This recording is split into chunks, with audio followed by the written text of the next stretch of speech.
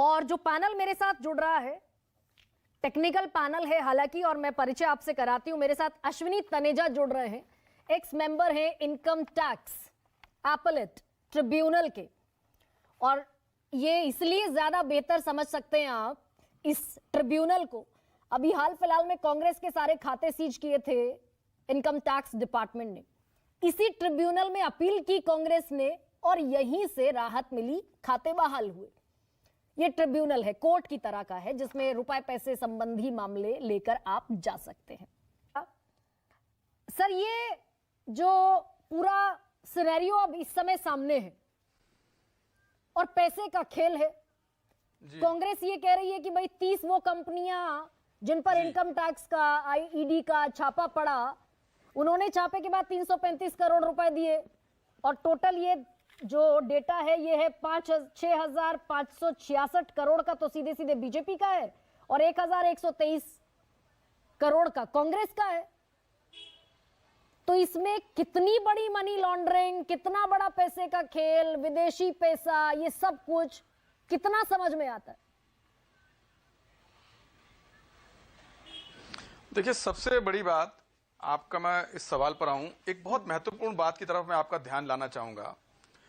अगर एसबीआई की इस बात को ध्यान रखे कि उनको इतना समय चाहिए, 17 दिन भी काफी नहीं थे उनके लिए, मैं नोटिफिकेशन का पॉइंट नंबर 12 उसका पॉइंट 2 पढ़ूंगा, जो कि साफ साफ कह रहा है, amount of bonds not encashed within the validity period of 15 days shall be deposited by the authorised bank to prime minister relief fund.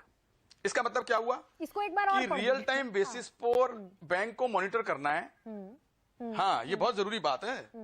अभी 12 की बात हो रही थी, मैं उसको दोबारा पढ़ता हूं, नोटिफिकेशन का point number 12। The amount of bonds not encashed within the validity period of 15 days shall be deposited by the authorised bank to the prime minister relief fund. That's fine.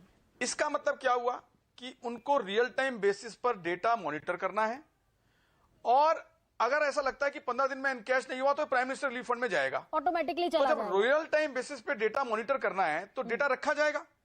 तो नहीं, तो data रखा जाएगा, और जब data रखा जाएगा उसको पॉइंट टू पॉइंट मैच करना है कि कौन दे रहा है, कहां से जा रहा है, और नहीं आ रहा है तो 15 दिन में आपको प्राइम मिनिस्टर रिलीफ फंड में भेजना है। शैल, इसमें वर्ड है शैल, उसमें कोई ऑप्शन नहीं है। Shall be deposited by the authorised bank to the prime minister. It is a spontaneous automatic process, इसमें कोई डिस्क्रिप्शन और ऑप्शन नहीं है। इसका तो मतलब ये हुआ है, सब तभी संभव है जब आप रियल टाइम मेरी सामान्य बुद्धि आपकी इस पूरे आपके इस आर्ग्यूमेंट के बाद ये समझ रही है कि that means data exist, data है।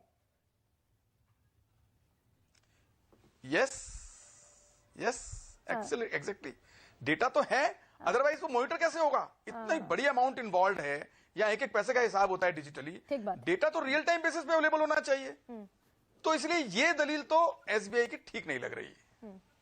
बाकी आप सब समझदार हैं, आगे उसको एनालाइज कर सकते हैं। ऑफ कोर्स ये जितनी भी बातें हैं, आज ऑनरेबल सुप्रीम कोर्ट ने बड़ी अच्छी बात सामने रखी है कि हमारे को ट्रांसपेरेंसी लानी है। और वैसे भी जग जाहिर बात है, इतिहास बताता है कि कोई भी सिस्टम जो ओपेक होगा वो सड़ेगा, उसमें सड़ांध आएगी। इसलिए फ्री फ्लोइंग ट्रांसपेरेंट सिस्टम होना चाहिए। और ऑनरेबल सुप्रीम कोर्ट सभी के, ये सिर्फ बीजेपी की बात नहीं है, ये सभी पॉलिटिकल पार्टीज के साथ होगा। अगर आपका सिस्टम ओपेक होगा तो मनी लॉन्ड्रिंग, कालाबाजारी, काला धन। अश्विनी, फिर एक सवाल ये भी वैलिड है, जिस समय शुरू हुआ उस समय चुनाव आयोग ने गलत बताया, उस समय आरबीआई ने गलत बताया, उस समय देश की सर्वोच्च अदालत ने भी गलत बताया, सबने कहा मनी लॉन्ड्रिंग होगी, काले पैसे का सफेद होगा, फिर भी आ गया। और अब उस पर और पर्दा डालने की तैयारी की, और मिट्टी डाली जाए। तो मैं इसको सिर्फ रूलिंग पार्टी से कनेक्ट नहीं करूंगा। आप देखिए, ये प्रोविजन जब से लाया गया, मतलब मेरे को तो तभी से समझ में नहीं आया कि ये प्रोविजन क्यों हर एक के लिए ये कानून है कि आपको अपना सब कुछ, अगर 50,000 रुपए से ज्यादा मैं कुछ आज खरीदता हूं, मुझे अपनी केवाईसी देनी है, सब कुछ करना है, तो ऐसा क्यों कि जब पॉलिटिकल पार्टीज के डोनेशन की बात आ रही है तो आप कह रहे हैं आपको कोई हिसाब किताब नहीं देना, आप जितना मर्जी दीजिए। तो ये जो डबल स्टैंडर्ड है, मुझे लगता है यही रूट पे ही हमें ठीक करना पड़ेगा इसको। तो आपकी समझ से अश्विनी, कितना समय लगना चाहिए डिजिटल इंडिया के दौर में देश के सबसे बड़े बैंक को 22,217 इलेक्टोरल बॉन्ड की इंफॉर्मेशन देने में सुप्रीम कोर्ट को? Instant, 24 hours at maximum. Sukesh, अब मैं आपके पास आ रही हूं। क्योंकि ऐसा कहीं नहीं था स्कीम में कि बैंक मेंटेन नहीं करेगा डेटा। ऐसा कहीं भी नहीं था स्कीम में कि बैंक डेटा मेंटेन नहीं करेगा, बल्कि स्कीम में बार बार लिखा गया था कि बैंक डेटा मेंटेन करेगा। कहीं ऐसी कोई बात नहीं थी। Ashwini, I took a pause after your remark, आपके रिमार्क के बाद 24 आवर, ये जो रिमार्क आया आपका, इसके बाद I had to take a pause कि 24 घंटे में जो काम हो सकता है उसके लिए 4 महीने का वक्त। सुकेश, दो चीजें। अश्विनी तनेजा,